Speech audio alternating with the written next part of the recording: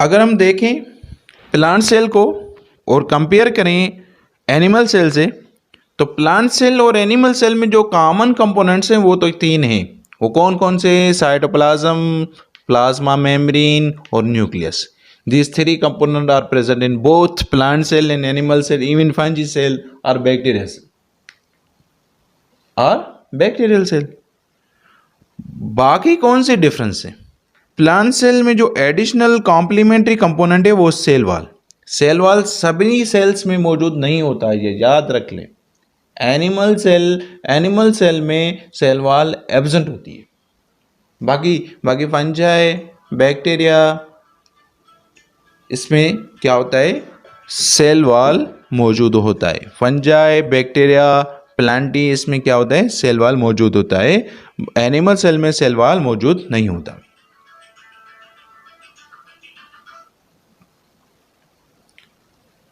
दूसरा जो डिफरेंस है वो क्लोरोप्लास्ट का है। क्लोरोप्लास्ट क्या है? It's a organelle present in only autotrophs. Autotrophs हम किसे कहेंगे?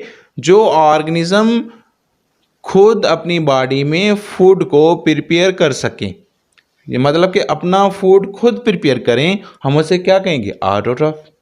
ऑटोट्रॉफ्स में क्लोरोप्लास्ट मौजूद होता है, जबकि ये क्लोरोप्लास्ट एनिमल सेल में एब्सेंट होता है।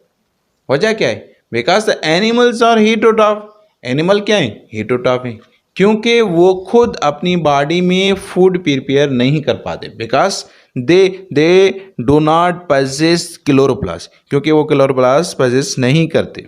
अच्छा, तीसरा कौन सा डिफरेंस है? एनिमल सेल में जो वैक्यूल्स होते हैं वो न्यूमरस वैक्यूल्स होते हैं, और many vacuoles are present in animal cell.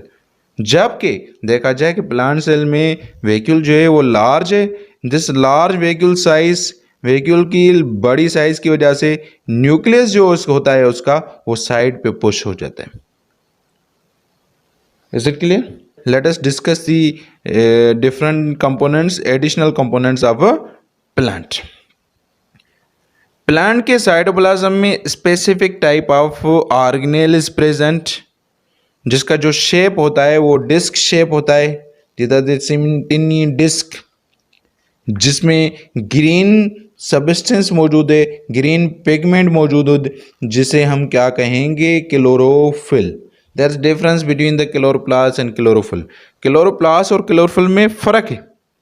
Chloroplast is organelle, it's a cell organelle. Chloroplast जो है वो सेल ऑर्गेनेल है, जबकि क्लोरोफिल एक ग्रीन पिगमेंट है जो क्लोरोप्लास्ट में मौजूद है। Is it clear?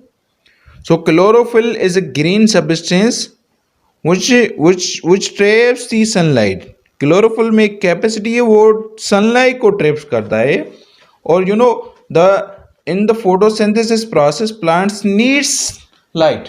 प्लांट को जो है वो क्या ज़रूरत होती है? लाइट की ज़रूरत होती है।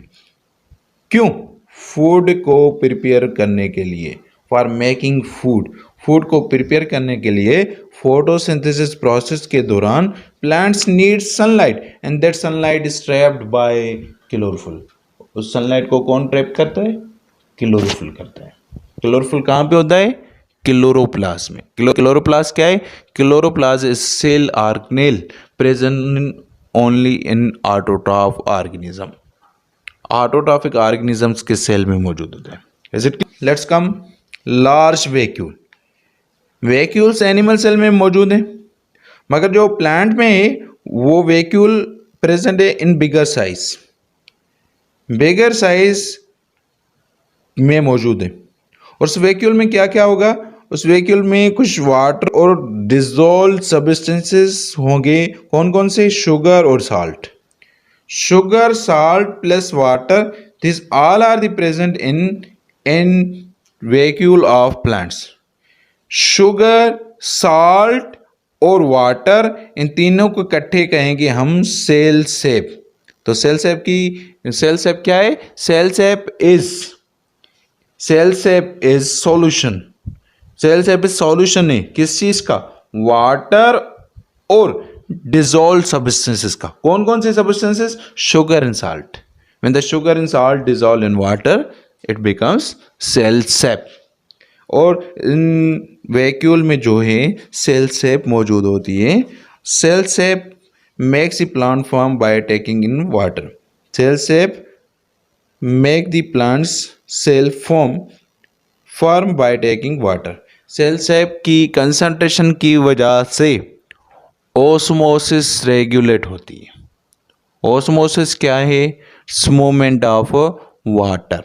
और जब वाटर सेल में मूव इन हो तो वो सेल टर्जिड कहलाता है, और टर्जिडिटी की वजह से cell becomes the form.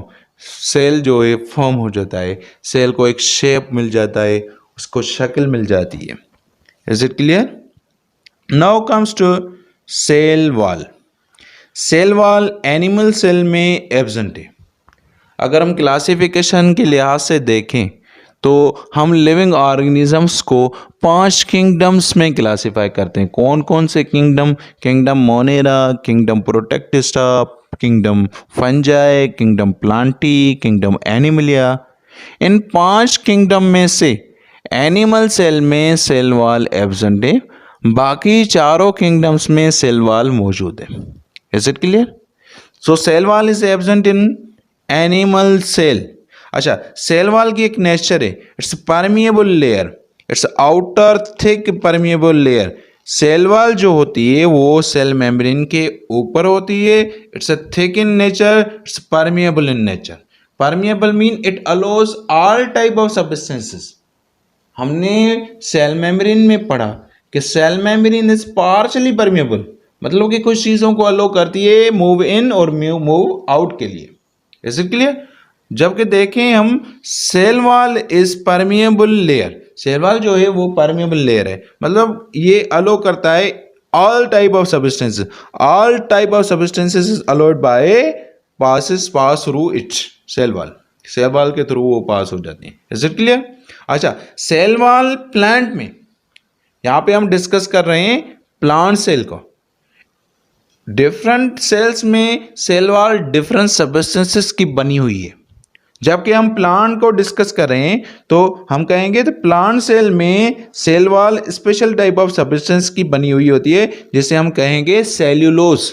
And plant cell wall is made up of cellulose. Cellulose क्या है? It's type of carbohydrate. Cellulose is arranged in criss cross manner.